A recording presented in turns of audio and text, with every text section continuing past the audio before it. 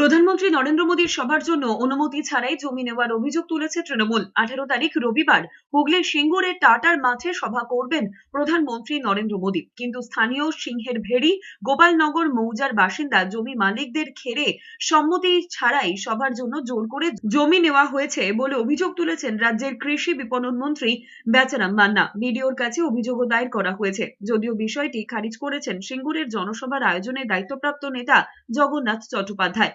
17 জানুয়ারি শনিবার মালদায় সভা করবেন প্রধানমন্ত্রী। পরের দিন 18 জানুয়ারি সিঙ্গুরে টাটার মাঠে সভা রয়েছে তার। তৎকালীন তৃণমূল নেত্রী মমতা বন্দ্যোপাধ্যায় এবং জমি রক্ষা কমিটির আন্দোলনের জেরে পশ্চিমবঙ্গ ছেড়ে গুজরাটে সানন্দে চলে গিয়েছিল টাটা ন্যানো কারখানা। সেই সময় গুজরাটের মুখ্যমন্ত্রী ছিলেন নরেন্দ্র মোদী। 17 বছর পর সেই সিঙ্গুরে সভা করতে আসছেন প্রধানমন্ত্রী। 18 জানুয়ারি সিঙ্গুরে নরেন্দ্র মোদী আসবেন। গণতন্ত্র প্রিয় দেশ, যে কোনো নেতা, যে কোনো রাষ্ট্রপ্রধান যেতেই পারে।